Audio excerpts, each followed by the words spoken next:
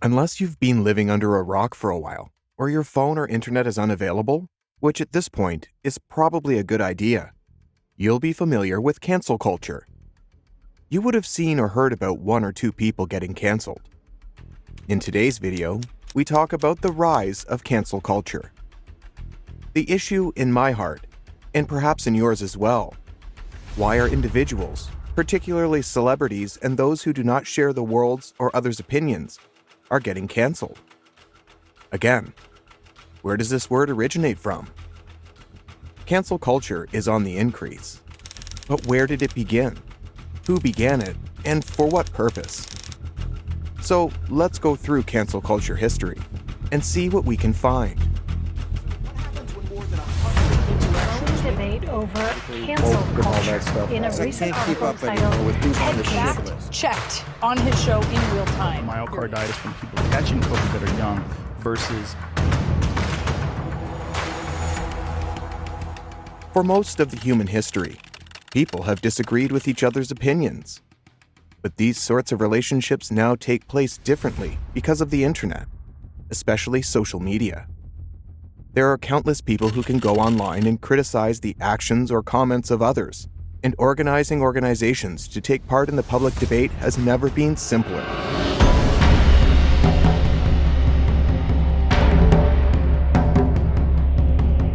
According to legend, the word cancel culture has its start from a song in the 1980s that employed the very rare slang term cancel, which refers to breaking up with someone. Later, this word developed and gained popularity on social media. It was then used in movies and television shows. The concept of cancel culture has been hotly debated in the nation's political discourse over the past few years. There are many disagreements on what it is and what it implies, including whether it's a strategy to punish others unfairly, a technique to hold individuals accountable, or a combination of both. And some contend that the cancel culture is unfounded.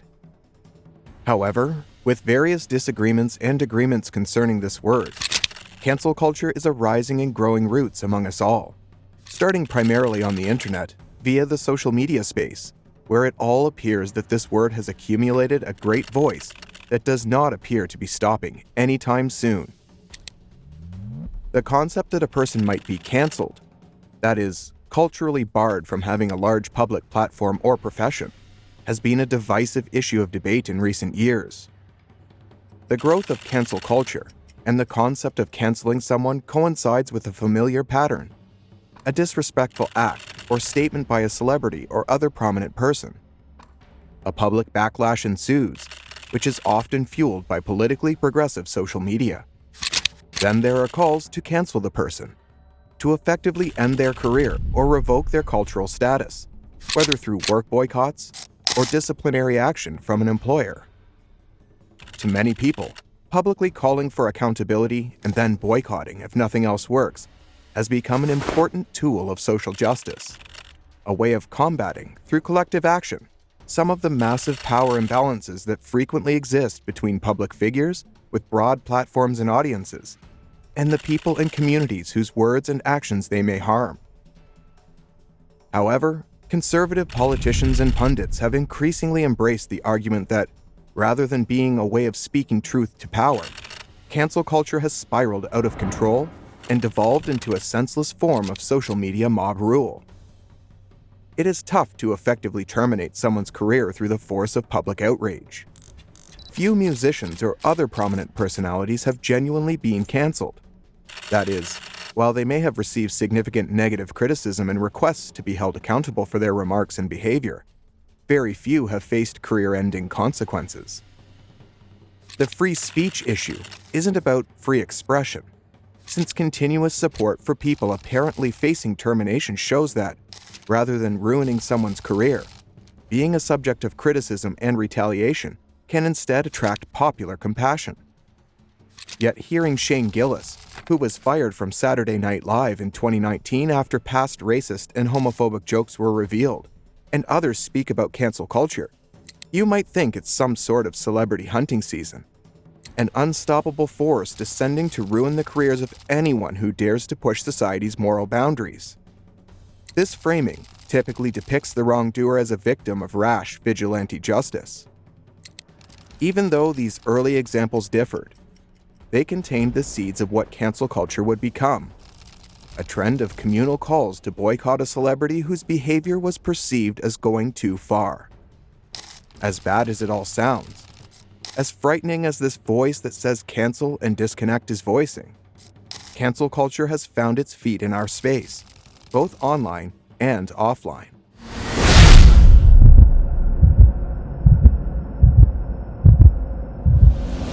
Canceling is a way of admitting that you don't have to have the capacity to address structural inequity. In fact, you don't even have to have the power to influence public opinion. However, as an individual, you may still wield enormous power. When you see people canceling Kanye, it's a collective way of saying, we increased your social standing, your economic prowess, and we're not going to pay attention to you in the manner that we formerly did. I may not have any power, but I do have the ability to ignore you. From that standpoint, cancel culture has begun to serve as a correction to the sense of helplessness that many people experience. However, it has garnered popular attention. Cancel culture appears to have gained greater tangible power, at least in the eyes of those who would like to, well, cancel it. Few canceled celebrities suffer long-term career consequences. However, the cancellation culture response appears to have frightened some individuals. And it's true that some celebrities' careers have essentially been cancelled, in the sense that their acts have resulted in significant consequences, such as job losses and significant reputational reductions, if not a total stop to their careers.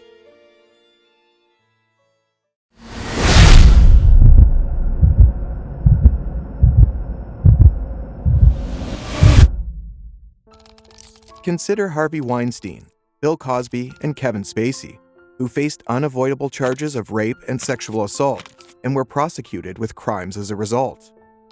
They've all been essentially cancelled. Weinstein and Cosby because they're now convicted felons, and Spacey because, while all allegations against him have been dismissed, he's too contaminated to hire.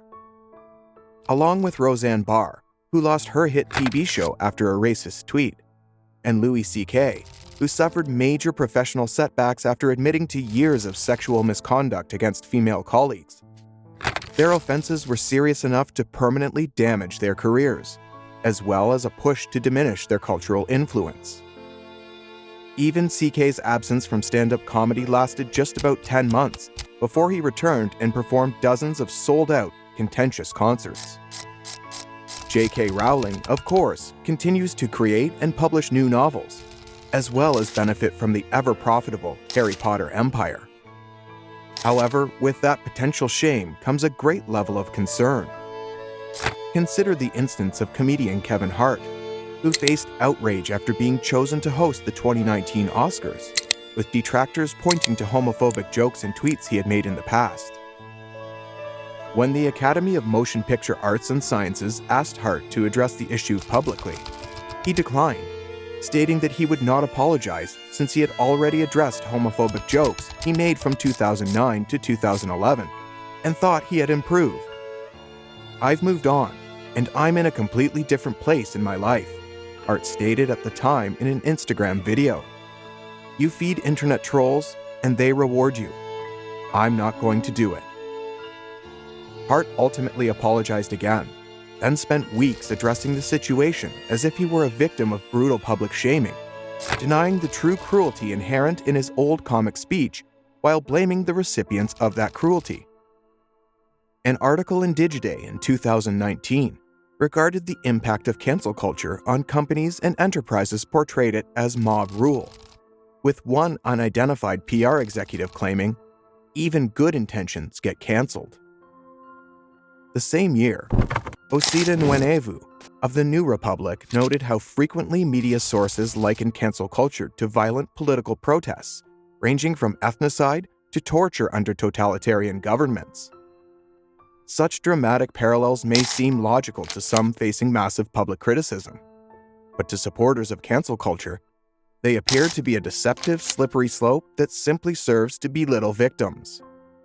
As an example, In reaction to a New York Times piece, feminist performance artist Emma Sulkowicz created a protest performance in 2018.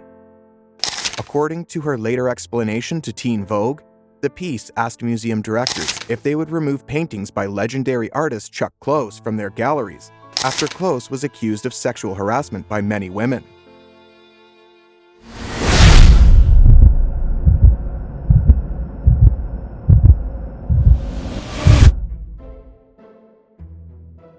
The cancel culture discussion is partly about how we treat one another and partly about dissatisfaction with the absence of actual repercussions for powerful individuals. All this emotional hyperbole from both sides of the question demonstrates how explosive and popular cancel culture has become. For many people, the border between the personal and the political is becoming increasingly blurred as ideological gaps become intractable. Even though cancel culture appears to have few long-term consequences for celebrities and their careers, some people see it as part of a larger trend that they find deeply disturbing: an inability to forgive and move on. However, proponents of canceling believe that any losses suffered by the canceled individual are surpassed by a greater cultural need to reform the behavior they are expressing. Forgive me if I care less about the comic who created his own bed than the individuals harmed by the anti-queer atmosphere he helped create, wrote Esquire's Michael Arsenault in 2018, in reaction to Kevin Hart's previous statements that cost him the Oscars hosting position. What individuals do when they use dog whistles like cancel culture and culture wars, Daniel Butler wrote for The Root in 2018, is demonstrate their discomfort with the kind of people who now have a voice and their chutzpah to aim it toward characters with more visibility and authority. But in the eyes of progressives like Rose, rejecting cancel culture doesn't have to mean rejecting the principles of social justice and the push for equality that fuels it. This does not mean repressing our reactions or giving up on accountability. On the contrary, it means giving ourselves the space to truly honor our feelings of sadness and anger, while also not reacting in a way that implies that others are incapable of compassion and change. Cancel culture has become popular in every social media network, highlighting what many consider to be the bottom line in the cancel culture debate. The odds are still skewed against those who make the calls or cancel the appointments. They are still the ones who lack social, political, or professional strength to push someone to make true atonement, to do much more than organize a boycott.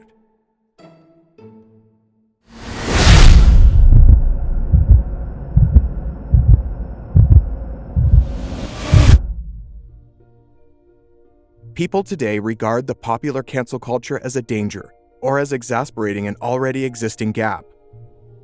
Nonetheless, it appears that the split is spreading and becoming more evident, as it appears that the more popular cancel culture develops, the more problematic and frightening scenarios it appears to bring into play. Cancel culture has not only created a split between beliefs, but also different practical ways to managing ideological differences and coping with injustice. The notion that a traditional approach, apology, atonement, and forgiveness, is no longer sufficient may come as a surprise. However, many who see cancel culture as an extension of civil rights campaigners' fight for serious change see it as a valuable instrument. And it's evident that, as divisive as cancel culture is, it's here to stay, and it's progressed from a simple phrase to a notion that's gaining traction on a daily basis.